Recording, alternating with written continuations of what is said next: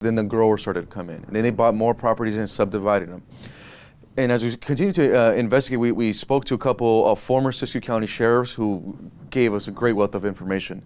In 2016, the county clerk of Siskiyou County, when she looked at the voting, she said, wait a minute, there's 600 new registered voters, and they're all Asian named. Out of how many, do you know?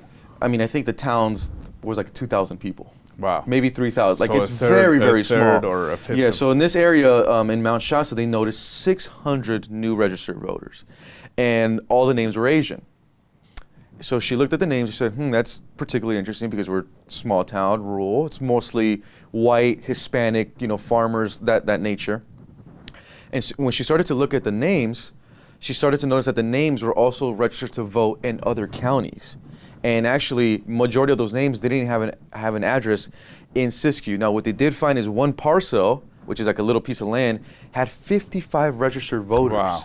So what she did is she forwarded this information to the Secretary of State here in California, and the Secretary of State sent that information to Siskiyou County Sheriff. So what basically happened is the Secretary of State sent their own officials to Siskiyou County, like actually on the ground. They said, investigate these addresses, find out what's going on.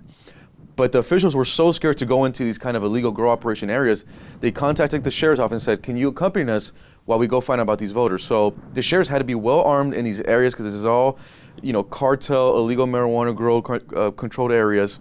And they found out what I just told you was alarming, which they found out one house, 27 registered voters, one house, 60 registered voters, 55 registered voters. And then the names were also registered to vote in other counties. And some of them still dating back to Minnesota. So right there for people were registered in multiple counties and Minnesota to vote.